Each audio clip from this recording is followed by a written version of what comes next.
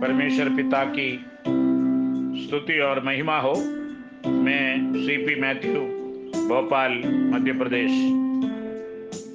आज के सुबह की सुंदर वेला में फिर से परमेश्वर के चरणों पर हमें बैठने का अवसर परमेश्वर दिया।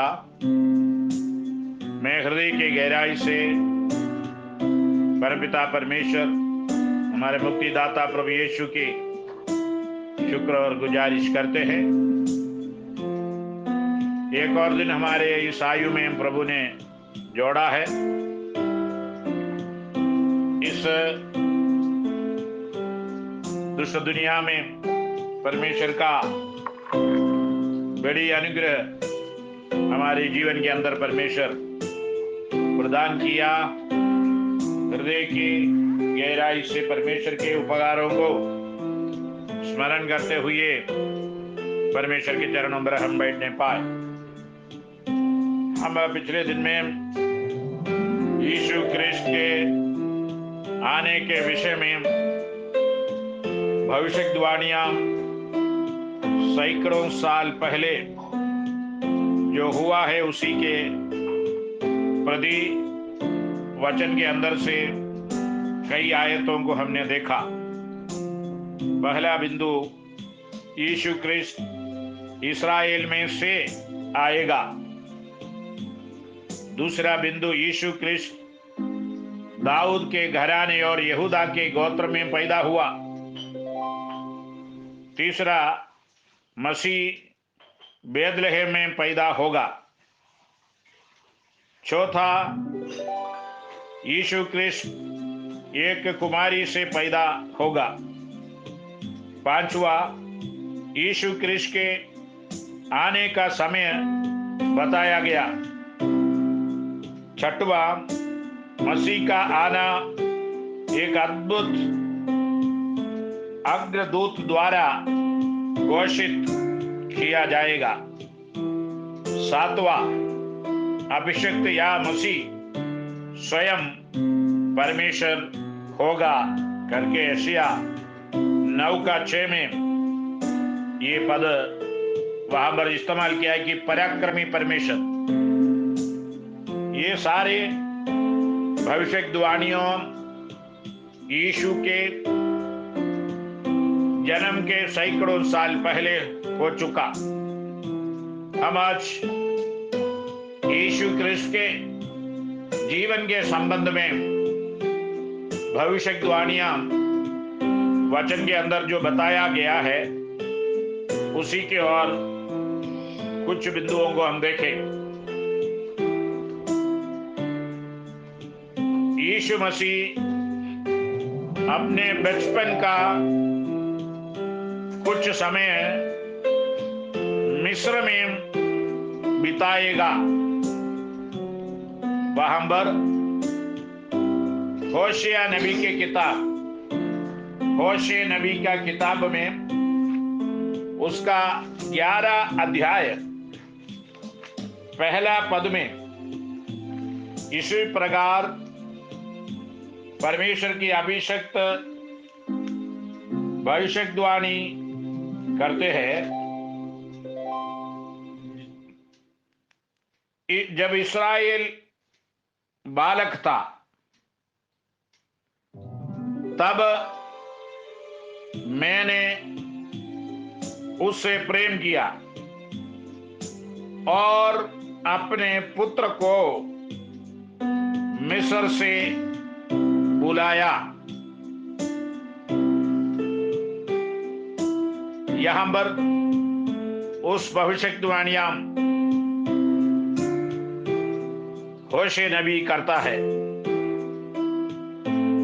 और हम वचन के अंदर देखेंगे यीशु मसीह दुख उठाएगा और संसार के पापों का प्रायश्चित करेगा करके यशायाह नबी के किताब 53 अध्याय 4 से 6 तक जब हम पढ़ेंगे वहां से हम समझ सकते हैं। निश्चय उसने हमारे रोगों को सह लिया और हमारे ही दुखों को उठा लिया, तो भी हमने उसे परमेश्वर का मारा कूटा और दुर्दशा में पड़ा हुआ समझा, परंतु वह हमारे ही अपराधों के कारण घायल किया गया, वह हमारे अधर्म के कामों के कारण कुचला गया, हमारे ही शांति के लिए उस पर ताड़ना पड़ी कि उसके कोड़े खाने से हम लोग चंगे हो जाए। हम तो सबके सब भेड़ों के समान भटक गए थे, हम में से हर एक ने अपना अपना मार्ग लिया और यहोवा ने हम सबों के अधर्म का बोझ उसी पर लाद दिया। परमेश्वर की महिमा और स्तुति हो। यहां पर यशायाह नबी नबूवत करता है, वह दुख उठाएगा। कौन? मानव के उद्धार करता प्रभु यीशु मसीह दुख उठाएगा। निश्चय उसने मसीह यीशु हमारे रोगों को सह लिया, हमारे ही दुखों का उठा लिया। यहां पर यीशु मसीह सारे संसार के पापों का प्रायश्चित के रूप में मानव जाति के उद्धार के हेतु अपने जीवन को दिया है करके कहता है। इस 53 अध्याय के अंदर की भविष्यवाणी मसीह को पूरी करनी थी। मसीह में ये भविष्यवाणियां पूरी हो गई है। जब हम दूसरा कुरिन्थियों की पत्री उसका 5 अध्याय उसके 21वें पद में भी इसी प्रकार हम पढ़ते हैं कि इस भविष्यवाणी के पूरे होने का वर्णन है। जो पाप से अज्ञात था उसी को उसने हमारे लिए पाप ठहराया कि हम उसमें होकर परमेश्वर के धार्मिकता बन जाए। परमेश्वर की महिमा और स्तुति हो। जो पाप से अज्ञात था वो कौन है? प्रभु यीशु मसीह। वो पापी नहीं था, वो अज्ञात था, उसी को हमारे लिए पाप ठहराया गया कि हम यीशु मसीह में होकर परमेश्वर की धार्मिकता बन जाए। प्रभु की महिमा और स्तुति हो। मेरे और आपके पाप के कारण आदम पिता के पीढ़ियों ने पाप करने के कारण परमेश्वर स्वयं मानव बनकर इस धरती पर आया कि हमसे बातें करने, स्वर्ग के विषय पर बोलने, पवित्र जीवन बिताने, पापों से हमें बचाने परमेश्वर स्वयं प्रायश्चित किया गया। इसलिए जो कोई उस पर विश्वास करता है, जो कोई मसीह में आता है, उन सबको परमेश्वर आज भी अपने पापों को क्षमा देकर उनका बेटा और बेटियां या पुत्र और पुत्रियां बना देते हैं। परमेश्वर की महिमा और स्तुति हो। यीशु के ओर से या यीशु के प्रति बताए गए सारे भविष्यवाणियां अपने जीवन के अंदर पूरे होते हुए हम इस पदों में हम देख सकते हैं। उसी प्रकार तीसरा बिंदु यह है कि वह मसीह यीशु गदहे के बच्चे पर सवार होकर यरूशलेम में प्रवेश करेगा। जकरिया नबी के किताब 9 अध्याय उसके 9वें पद में इस प्रकार हम पढ़ते हैं, हे सिय्योन बहुत ही मगन हो, हे यरूशलेम जय जयकार कर, क्योंकि तेरा राजा तेरे पास आएगा। वह धर्मी और उद्धार पाया हुआ है, वह दीन है और गदहे पर वरन गदही के बच्चे पर चढ़ा हुआ आएगा। वो यीशु मसीह में पूरा हुआ है करके वचन हमें सिखाता है। इसलिए यरूशलेम को कहता है, हे यरूशलेम तुम जय जयकार करो, क्योंकि तेरा राजा तेरे पास आएगा और वह धर्मी और उद्धार पाया हुआ है, वह दीन और नम्र है, वह गदहे पर या गदहे के बच्चे पर चढ़ा हुआ तेरे माने नगर में प्रवेश करेगा। प्रभु की महिमा और स्तुति हो। यीशु मसीह यही कार्य करते हुए सुसमाचार के किताब में हम देख सकते हैं। खजूर के इतवार पर इस भविष्यवाणी को पूरे होने का संपूर्ण विवरण मत्ती रचित सुसमाचार 21 अध्याय के अंदर हम उसका दूसरा पद से 5वीं आयत तक जब हम देखेंगे, वहां पर इस प्रकार बताया गया, सामने के गांव में जाओ, वहां पहुंचते ही एक गदहे बंधी हुई और उसके साथ बच्चा तुम्हें मिलेगा, उन्हें खोलकर मेरे पास ले आओ।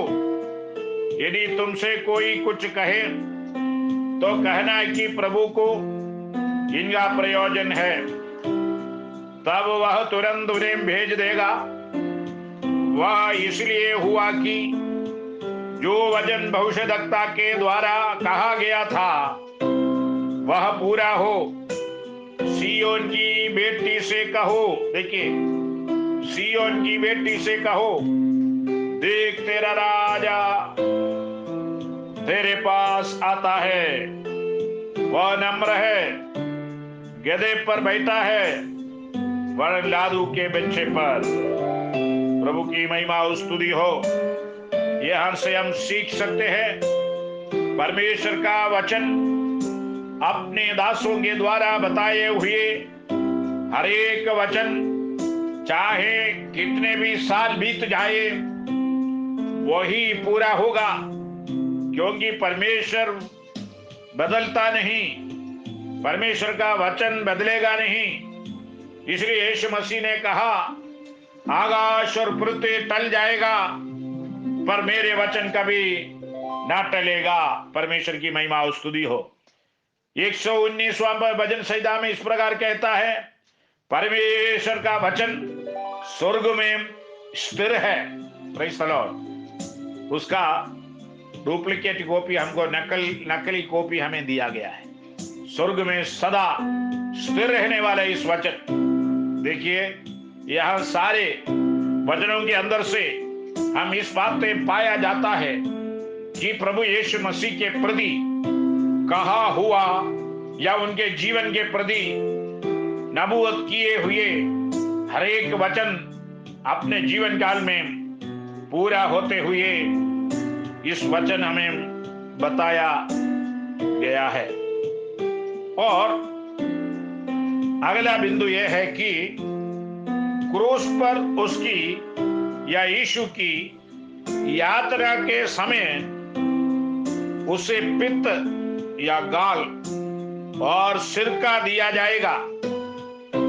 भजन संहिता के अंदर जब हम ढूंढेंगे वहां पर इसी प्रकार 69 भजन संहिता के 21वां पद में इसी प्रकार हम देख सकते हैं कि निश्चय परमेश्वर अपने शत्रुओं से सिर पर और जो अधर्म के मार्ग पर चलता रहता है उसके बाल भरी खोपड़ी पर मार मार के उसे चूर कर देगा। प्रभु की महिमा और स्तुति हो। लोगों ने मेरे खाने के लिए इंद्रयान दिया और मेरी प्यास बुझाने के लिए मुझे सिरका पिलाया। देखिए ये नबूवत यीशु मसीह के समय में वहां पर लिखा है कि लोगों ने मेरे खाने के लिए इंद्रयान दिया और मेरी प्यास बुझाने के लिए मुझे सिरका पिलाया। ये भजन संहिता में दाऊद के समय में बताया। ये भविष्यवाणी मत्ती रचित सुसमाचार 27 अध्याय के अंदर जब हम पढ़ते हैं वहां से हम सीख सकता है कि मत्ती रचित सुसमाचार 27 अध्याय उसका 34वां पद में इसी प्रकार कहता है, उन्होंने पित्त मिलाया हुआ दाख का रस उसे पीने को दिया, परंतु उसने चख कर पीना ना चाहा। यहां पर लिखा है कि पुराना नियम के अंदर जैसे शब्द इस्तेमाल किया गया दाऊद के समय में इस भविष्यवाणी हुई है, उस बातें मत्ती रचित सुसमाचार में यीशु मसीह के क्रूसीकरण के समय में मसीह यीशु में पूरा होते हुए हम देख सकते हैं। प्रभु की महिमा और स्तुति हो। ये भविष्यवाणी मत्ती 27:34 में रोमी सैनिकों द्वारा क्रूस पर पूरी की गई है। इसलिए प्रियजनों, परमेश्वर पुत्र मसीह के प्रति जो भी भविष्यवाणियां अपने भक्तों के द्वारा बताया गया उन बातों को मसीह यीशु के जीवन काल में वो पूरा होते हुए हम देख सकते हैं। हम इसमें से समझ सकता यीशु मसीह एक साधारण व्यक्ति नहीं है। प्रभु की महिमा और स्तुति हो। मानव जाति के उद्धार हेतु अपने जीवन को संपूर्ण से समर्पित एक व्यक्तित्व है उस महान और सर्वशक्तिमान परमेश्वर के सामर्थ्य हाथ में आज के सुबह के समय हमें अर्पण करते हुए आइए हम प्रार्थना करें। सर्वशक्तिमान पिता, हम आपका धन्यवाद और स्तुति फिर से करते हैं। आज की इस दिन में अब तक आपके चरणों पर बैठकर आपके वचन के आपके जरिए बताए हुए वचन भविष्यवाणी के रूप में पुराना नियम में बताए हुए सच्चाइयां नया नियम में मसीह यीशु में पूरा होते हुए कई वचनों को आज के दिन में आपने हमें सिखाया। हम आपका धन्यवाद करते प्रभु। आपका वचन कभी नहीं टलता है। आपका वचन सत्य है, आपका वचन खरे है, आपके वचन सामर्थ्य है। इसलिए प्रभु आपके वचनों पर हम और भरोसा करते हुए चलने में मदद कीजिए। हमें सुनने वाले हर एक लोगों को आपके हाथ में हम समर्पित करते हैं। सारे श्रोताओं को इब्राहिम, इसहाक और याकूब के परमेश्वर पिता पुत्र पवित्र आत्मा के नाम से हम आशीषित कर देते हैं। वे आशीष के कारण बनने पाए। हर एक त्रुटियों से उनको बचा के रखिए। आपकी महिमा के इस्तेमाल कीजिए। आदर महिमा सब कुछ हम आपको देते हुए इस बिंदी उद्धार करता प्रभु यीशु के मधुर और सामर्थी नाम में मांगते हैं, सुन और ग्रहण कीजिए पिता। आमीन आमीन। परमेश्वर अपने असीम आशीषों से आप सबको भरने पाए। धन्यवाद धन्यवाद।